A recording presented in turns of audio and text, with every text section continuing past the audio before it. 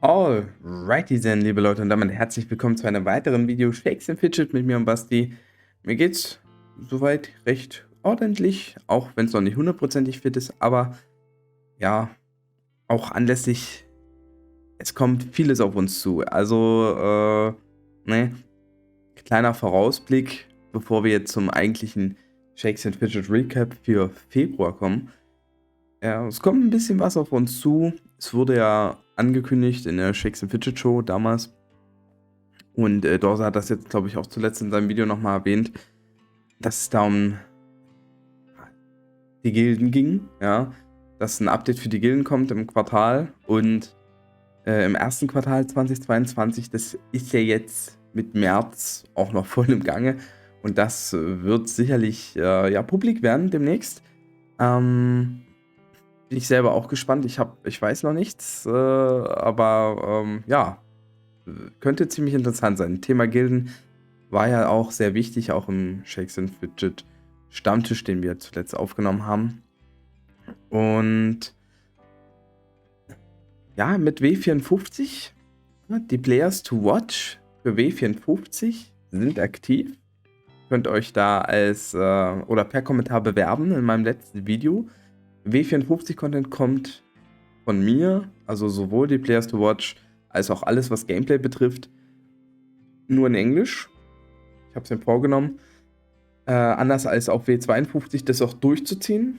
Und ich werde aufgrund dessen, dass ich auf W54 eingeladen wurde, von Zombie in der Gilde zu spielen, das Projekt auf W52 abbrechen. Ich werde die Pilze auf W54 übertragen und dann schauen wir mal, was wir dort so machen können. Mein Char auf W54 wollte ich jetzt eigentlich zeigen, aber den habe ich noch gar nicht erstellt. Das mache ich dann nach dem Video. Ich werde einen Druiden spielen, aber die Infos dann dazu, warum Druide und ob ich irgendein Ziel habe, das kommt dann halt auch wieder in dem entsprechenden W54-Video für ja, oder auf Englisch, ne, für alle Freunde. Ja, also ich kann nur alle deutschen SF-Gamer, die meine Videos gerne gucken, bitten, auch die englischen Videos zu verfolgen. Dort auch entsprechend die Informationen sich rauszuziehen. Denn ich werde nicht alles immer auch auf Deutsch sprechen können. Ich finde ja, diesen Wechsel von Deutsch und Englisch auch sehr erfrischend und hat halt wirklich was damit zu tun, dass nicht so viel Content von Shakes and Fidget da ist in Englisch, wie es auf Deutsch der Fall ist und auch nicht ich immer die gleichen Videos eigentlich machen will. Deshalb ist das so ein guter Mix. Es kann aber auch mal Videos geben, wo gewisse Sachen auf Deutsch und auf Englisch geredet werden. Kann aber passieren. So, kommen wir jetzt zum entsprechenden Recap. Ja, ich hatte ursprünglich überlegt, das so zu machen, dass ich mir gewisse Sachen rauspicke. Wir machen es jetzt einfach nur wirklich auch wieder High Life, wie ich es beim ersten Mal gemacht habe. Ja, wir haben jetzt hier ein Fenster offen mit Shakes and Fidget Deutsch und der Filter ist auf diesen Monat. Was ist im Monat Februar passiert bei Shakes and Fidget in Deutsch? Und wir werden das Ganze dann auch nochmal mit dem Und-Zeichen machen, anstelle des Ands, also ausgeschrieben. Und wir sehen natürlich Dorsa. Dorsa dominiert, hat in den letzten Videos auch nochmal zu dem entsprechenden Update oder worum es da gehen könnte gesprochen. Ich denke, wir werden sehr zeitnah mehr davon hören.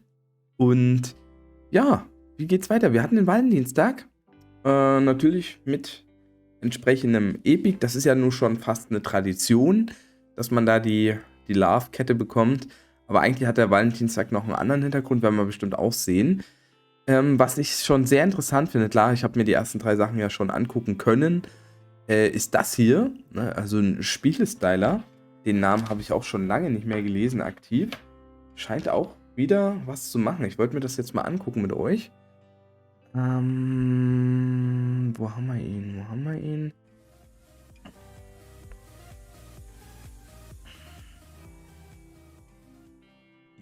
Jo, hallo und herzlich willkommen zurück zu einem neuen Shakes and Fidget Wochencheckup. Das Das letzte ist leider schon wieder Ach, Monate oder Wochen-Check-up so. nennt er das. Ich weiß, ich bin schrecklich. Aber es passiert halt auch einfach recht wenig. Wobei tatsächlich ausnahmsweise mal was sogar relativ krasses passiert ist. Ich weiß gar nicht, ob ich das wirklich so veröffentlichen darf. Okay, muss tatsächlich sagen, hatte ich früher abonniert. Habe ich dann wahrscheinlich nicht mehr gemacht, weil wahrscheinlich kein SF-Game-Content mehr kam oder wie auch immer. Ich habe ja auch selber, ich weiß gar nicht mehr, zu welcher Zeit ich ihn deabonniert habe. Vielleicht habe ich selber dann einfach auch nur aussortiert. Aber da scheint wieder ein bisschen was so da zu sein, ja. Ne, das finde ich schon mal wieder schön, das so auch zu sehen. Auch wenn er selber sagt, dass er auch da jetzt nicht ganz so aktiv ist. Aber ja, nee, da kann man auf jeden Fall wieder Support dalassen. Bestes Video hat mehr Aufrufe als meins, definitiv. Vor 9 Jahren aktiv gewesen. Ja, ne, das ist wirklich auch alte Generation, ja. Deshalb freut es mich, das auf jeden Fall auch mal zu sehen. Gehen wir mal weiter. Klar, jetzt kommen auch wieder Videos von mir, Gott sei Dank. Wir hatten ja zuletzt das große Event. Ihr habt auch gesehen bei mir auf dem Char. Ihr seht es auch immer noch, da ist viel Gold, was skillt werden muss. Demnächst werden wir das machen. Die Ankündigung W54, W50 Players to Watch habe ich gebracht. W53 wird auch noch kommen. Ich hoffe, ich krieg's hin noch vor 54, dem Serverstart. Ansonsten, also es sollte eigentlich klappen, aber ich weiß halt nicht, was noch so für Infos kommen. Oder für Videos, die ich dementsprechend machen will oder muss oder wie auch immer. Dementsprechend kann ich das nicht ganz sagen, ja. Wir hatten im Februar auf jeden Fall das Thema Backend, also nicht ich jetzt zwingenderweise, Dorsa hat das gehabt, der Shakes and Fidget Discord hat es gehabt. Da wird ja auch immer noch weiterhin diskutiert. Es gibt auf jeden Fall viele Stimmen in dem Discord, die das nicht gut finden. Ich denke, aus offizieller Seite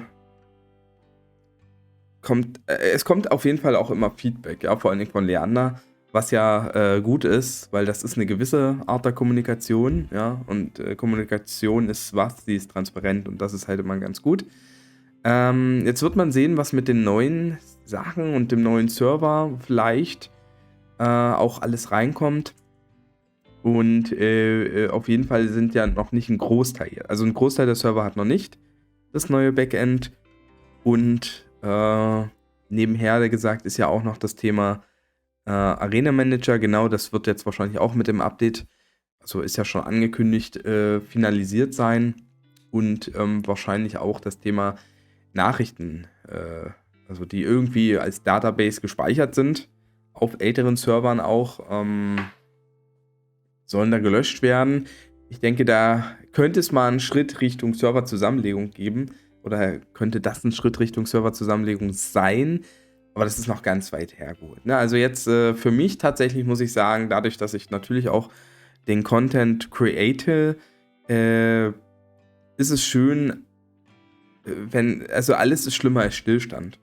Und wenn halt auch mit dem Backend Fehler aufkommen, die dann wenigstens auch behoben werden, dann ist das für mich kein Stillstand und ist das auf jeden Fall vertretbarer, als wenn halt gar nichts passiert. Schön ist natürlich immer, wenn alles perfekt laufen würde, ja, also, aber ich glaube, also man ist auch ein bisschen, ja, ich will jetzt nicht sagen abgestumpft, ne, aber es ist halt so, wie es ist, ja, also, es kommt halt immer mal vor, dass was passieren kann und solange es mich tatsächlich, muss ich ganz fairerweise sagen, noch nicht so jetzt persönlich betrifft, sehe ich da sowieso die Sache entspannter. Ne? Wenn es dann einen selber irgendwann merklich auch treffen würde, sieht die Sache vielleicht auch nochmal anders aus.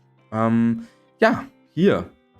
Das Video von Crocodile an Andy ist hier das erste mit der Fight for Love Challenge, was ja ziemlich coole Aktion war. Ich habe mich jetzt gar nicht mehr darüber informiert, wer da jetzt immer so eigentlich so Pilze gewonnen hat. Ich weiß nur, dass irgendwie bei 2, 3 Leuten gab es irgendwie Probleme. Ich glaube, da haben die Content Creator einfach verpennt, das zu machen. Oder irgendwie so war das gewesen. Wäre ich dabei gewesen, ich hätte nicht gewonnen. Ja, das haben ja viele auch 50 Mal gewonnen. Das habe ich natürlich nicht geschafft. Habe das ja auch als Video gebracht. Ja, danke auch an dieser Stelle nochmal an den Support an euch, an die wenigen, aber doch beständigen Mitglieder. Und ja, so in diesem Jahr, ich weiß noch nicht wie und wann, was ich alles umsetzen kann. Aber ich versuche für meine Mitglieder nochmal irgendwie was Spezielles zu machen. Und ja, darunter gilt auch eine Art, vielleicht mal eine Pilzverlosung oder irgendwie. Aber das ist nur ein Thema. Das muss halt alles etwas organisiert werden. Dann, was haben wir denn? Von mir Quest-Tipps. Ja, fand ich auch sehr nice, das Thema. Haben sich auch ein paar Leute bedankt dafür. Ist jetzt keine mega große Sache, aber ja, kann auch, also zum Serverstart sowieso wichtig sein, aber halt auch im späteren Spielverlauf und dass man nicht so viel verliert, ne? Ja, und so Leute wie Jürgen Spott, die ich letztes Mal ja im Recap gesehen habe ich dann abonniert. Also ich bin jetzt nicht immer dabei, kann mir die Videos angucken. Leider. Ich würde es gerne machen. Oftmals lasse ich gerne irgendwo mal ein Like da, was ich sehe. Aber die Uploads kommen halt auch sehr ja, unterschiedlich, sag ich mal. Ne? Also wie es halt bei mir auch der Fall. Also ich probiere schon immer regelmäßig zu updaten. Also hier habe ich auf jeden Fall reingeguckt, aber habe ich nicht geliked. Naja, das ist dann auch nicht schön. Nee, ich weiß, dass es nicht einfach ist, damit anzufangen und ich finde das einfach nur schön. Irgendjemand guckt sich das trotzdem an. Wenn er jetzt hier Leute hat, die in der Gilde sind oder so, ich finde das perfekt, ja. Und ich muss mich entschuldigen, dass ich würde gerne mehr supporten. Wiederum, man stellt sich immer die Frage, was bringt der Support, den ich jetzt geben kann? Ne? Ich kann vielleicht gar nicht so viel Support geben, weil letztendlich ist der Markt YouTube halt schon sehr stark gesättigt von Shakes and Fidget und wird in der Regel darüber gefüttert, dass natürlich auch von außen oder eben diese nicht SF-Kern-Content-Creator da ein bisschen auch Leute wieder ranbringen oder durch Events wie neue Server, ne? Was ja auch der Grund ist, warum ich viele neue Server oft gerne betreue und wiederum jetzt auch wenn es von den Klickzahlen jetzt nicht besser ist als die deutschen Videos, aber einfach langfristig auch versuche, ein internationales Publikum mehr an mich zu binden und deshalb würde ich gerne eigentlich einfach sagen, dass jeder viel mehr Support verdient hätte, der irgendwelche Videos zu Shakes and Fidget macht, weil ich bin immer noch der Meinung, jeder, der Shakes and Fidget Videos macht, spielt ja auch das Spiel und ist damit ein Supporter aller Content Creator, weil es immer sein kann, dass sich jemand was von dem anderen anguckt. Das war früher schon so, wird auch heute so. Dorsa hat dann auch einige Themen beleuchtet im Laufe des Monats. Den Dungeon Simulator zum Beispiel nochmal komplett gezeigt. Den Code haben wir gezeigt, wo ich übrigens gehört habe, also hier der Computer Sword 2021, da hat er auch auf mich verwiesen. Ich habe gehört, dass der Code jetzt ausgelaufen ist. Also wahrscheinlich. Das heißt, das müsste man mal dann ausprobieren. Aber ich denke, das klärt sich vielleicht auch mit dem neuen Server dann ein bisschen auf. Werden wir mal sehen, was da noch so auf uns zukommt. Tja, natürlich auch ein paar random Let's Plays, ne, für alle, die irgendwo wichtig sind. Fight for Love, was in unserer Welt verkehrt läuft. Oh. Ach so, das ist wieder TZBS, der geht ja anscheinend sehr aktiv mit politischen Themen um, was man definitiv auch machen kann. Ich habe mich entschieden, das eben jetzt nicht so aktiv zu betreiben. Deshalb lassen wir das einfach und gehen auch weiter. Die Turors Aufholjagd, das ist auch ein Thema, ist krass, wie viele Aufrufe das gekriegt hat bei Dorsa. Klar, Dorsa hat halt auch das internationale Publikum auf jeden Fall da, schon automatisch aufgrund seiner Reichweite, was super ist. Und da ist natürlich so ein Thema auch, ja, da sieht man, wo die Aufrufe dann auch ein bisschen herkommen, weil sich dafür halt dann doch auch noch mehr Leute interessieren, overall the world. Also in Shakes and Fidget sind ja nicht alle Länder, aber sind ja viele Länder vertreten. Und das ist auch interessant, was da so offengelegt wurde, vom Plan her, was halt mit Geld so möglich ist und dass es doch hinten raus im Late Game sehr viel Geld investiert werden kann, um halt sein Pay-to-Win, um seine Skills zu stärken. Das ist ziemlich interessant eigentlich, das Thema, auch wenn natürlich die Summe keine Ahnung, also das, ja, möchte ich auch nicht bewerten. Das ist mir too much. Also, außer, dass ich sage, dass es mir too much ist, will ich es nicht bewerten. Aber es ist zumindest interessant, weil ich habe mir bisher darüber auch noch keine so Gedanken gemacht, weil ich das ja auch gar nicht so wusste. Also man hat tatsächlich was gelernt, auch bei diesem Plan von Turo, ja, der da offengelegt wurde. So. Ja, natürlich. Ach, hier mein alter Recap. Vor 3 Wochen. Ja, klar, ich habe das natürlich im Februar hochgeladen. Also ist jetzt nicht ganz ein Monat, aber heute, wo ich es jetzt aufnehme, ist ja der Monat rum. Ist ja auch da, ne? Auch keine schlechten Aufrufzahlen letztendlich generiert. W54 News auch von mir. Ein Zuschauer-LP. Ja, der hat durchgezogen. Alle 2 Tage, glaube ich, ein Video. W53. Ich gucke mir die Videos jetzt auch nicht wirklich an, also nicht komplett von ihm. Schau ein bisschen so rein. Von der Art und Weise sind sie ja so wie früher. Ich finde immer ganz interessant bei seinen Kommentaren, dass natürlich da immer viele Hinweise sind, weil letztendlich hat er ja wirklich auch 7 Jahre, glaube ich, nicht gespielt und da hängt es halt wirklich an diesen Bases. Also ich bin gespannt. Eigentlich würde ich gerne mal von ihm wissen, wie es so in ihm jetzt im Moment vorgeht, wo er so einen Server spielt, ob er erdrückt ist von diesen ganzen neuen Features oder ob er, also ich glaube, er ist, von seiner eigenen Aussage hat er ja ein paar Ziele.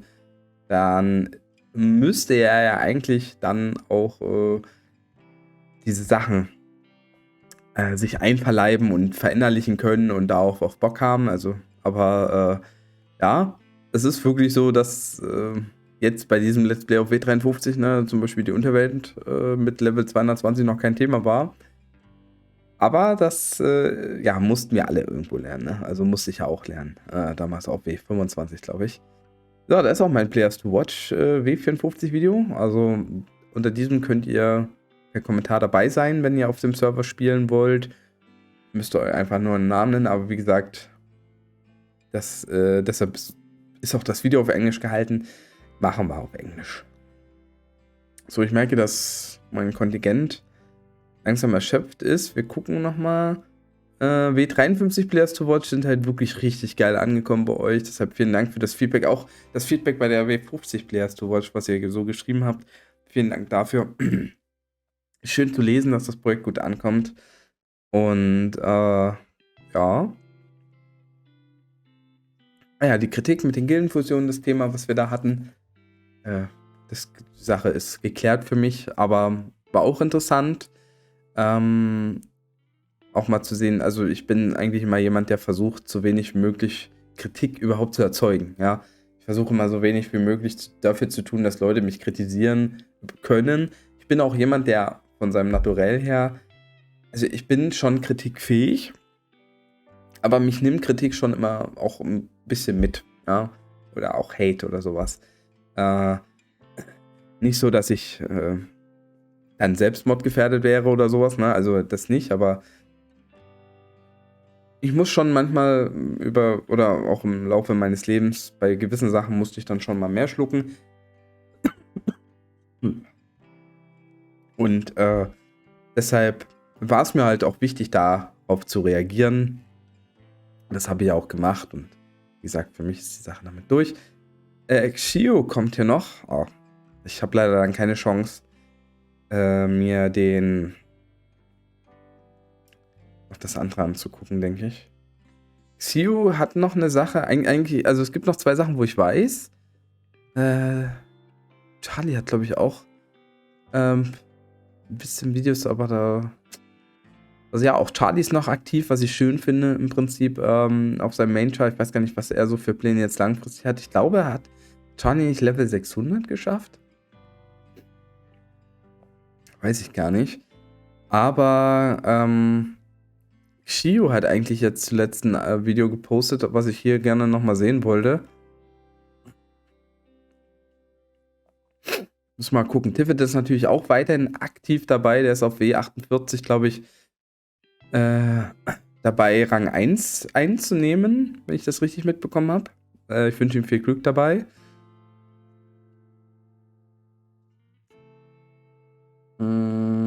Remastered Semsi.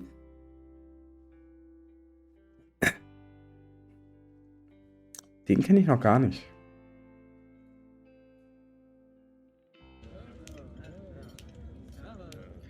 Hey Leute, ich bin's wieder, Master Semsi. Yo, was geht ab? Und heute spiele ich Shakes and Fidget und will euch zeigen, wie werde ich mit meinem Spielaccount. Okay, also auf jeden Fall auch ganz am Anfang. Dialekt ist ganz niedlich. Qualitativ ist das Problem, dass die Background-Sounds viel zu laut sind. Das klingt wirklich so, als ist er gerade einfach mitten in einer Schulmensa oder irgendwo. Und dort fressen alle Leute um ihn drumherum und der nimmt da ein Video auf. Das müsst ihr immer bitte, wenn es geht, etwas abmischen. Dann ist das viel, viel besser. So. Okay, jetzt kommt Alucard. Das hat eigentlich gar nichts jetzt, weil er eigentlich theoretisch nichts. Also, Alucard hat seine Berechtigung, definitiv. Aber hier in dem Shakes and Fidget-Universum ist er mit diesem Video ja eigentlich nicht dabei. Jetzt kommen auch die ersten nicht-deutschen Videos. Und auch nicht Shakes and Fidget-Videos. Dann gucken wir nochmal schnell bei Shakes and Fidget mit und dann muss ich auch definitiv aufhören.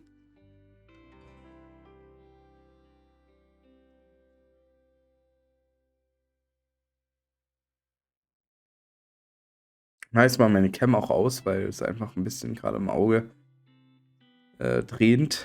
Also ich will die ganze Zeit blöd da sitzen hier. So. Haben wir denn hier noch was?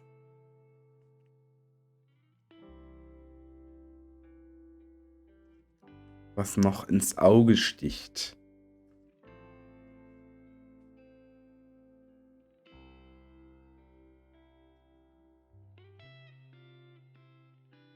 So, warte mal, ich habe Deutsch nicht eingegeben. Das machen wir mal.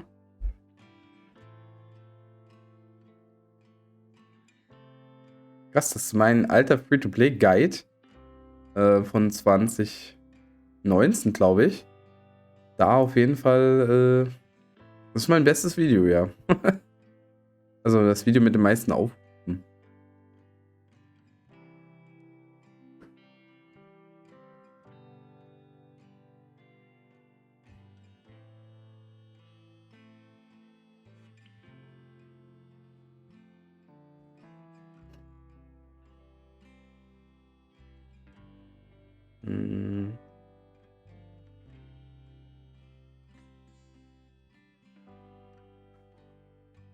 Xio war dabei, aber nicht das Video, was ich meine.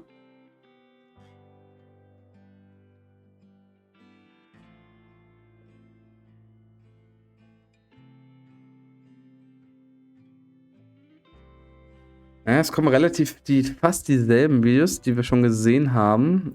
Hier Waldemar, das spielt auch weiter, das finde ich auch super. Sei auch nochmal erwähnt. Ich würde gerne ein bisschen mehr sagen, aber es ist ein bisschen schwierig. Sorry dafür. So. Denn man ist ja quasi geforst, hier sich so eine Goblin-Grube zu bauen. Aber er hat auch über 100 Abonnenten jetzt anscheinend hier. Ja, Mäusen aller. Wurde ja Moinsen announced, dass aller. am kommenden Freitag, den 4.3.16 Uhr, die neue... Und zwar hat er da eine Challenge mit Davalon. 10.500 Pilze in 2 Wochen. Ich war der Meinung gewesen, dass Davalon mehr Pilze ausgeben will, aber vielleicht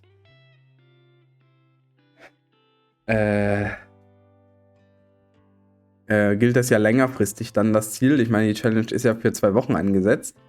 Könnte sehr interessant sein. Und auch Davalon hat dazu ein Video hochgeladen. Das ist jetzt auch relativ frisch, aktuell. Feiert hier jemand sein Comeback nach 5 Monaten Inaktivität? Oder eigentlich fast ein Jahr? Zumindest Comeback auf YouTube. Weil ich glaube, hin und wieder ein Twitch-Livestream mal dazwischen war. Und er spricht hier auch die Challenge an. mit diesem Video, ich glaube nicht, dass er was dazu gesagt? hat. Wer hat die Schlagkraft, um Ah, den doch. anderen auszunocken? Genau. 24 Tage, pure Leidenschaft, pure Action und pure Eskalation. Ganz wichtig. 10.000 Pilze sind im Pool jeweils. Das heißt, 20.000 Pilze fliegen uns um die Ohren. Und wir werden sehen, wer der King ist nach 24 Tagen. Okay, doch, dann ist diese Zahl fest. Das werde ich jetzt nicht großartig betreuen, aber das wird sicherlich, werde ich mir das angucken. Vor allen Dingen das Ergebnis. Die Art und Weise, ich glaube, Exvius stimmt ja auch viel, wir werden wahrscheinlich beide viel streamen. Das halt live zu sehen ist sicherlich besser, weil dann weiß man auch so, also wie der Weg passiert ist, aber eine coole Idee. Und, ja,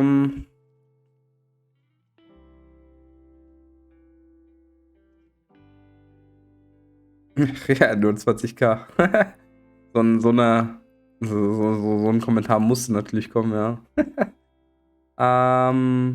Ja, nee, keine Ahnung. Also ist auf jeden Fall auch ganz gut. Eine Art Content, die immer Spaß macht, auch zuzugucken. Wahrscheinlich ist das mit Tiffet damals für Davalon auch ganz cool gewesen. Die Erfahrung, dass er das mit Hugh macht. Ja, schön. Also ist auf jeden Fall auch für mich wichtig gewesen zu erwähnen, weil so eine Challenge, ja, ich denke, den einen oder anderen, ne, interessiert das einfach, ne? Und darum geht's ja auch, ne? Also das war sozusagen auch schon ein Announcement für März, also was auf uns zukommt, es kommt viel auf uns zu und wir können sagen, es gibt keinen Stillstand, ja. Also hier SF-Game geht weiter und ich komme aktuell nicht so dazu, die Videos in der Fülle zu machen, wie ich sie machen würde. Und das hat noch nicht mal was mit meiner Tochter zu tun. Das ist eigentlich auch ziemlich witzig. Ich würde sagen, wenn es euch gefallen hat, das Recap, lasst gerne ein Like da, würde ich mich freuen. Haut auf jeden Fall rein, macht da Tschüss und Servus, euer Basti.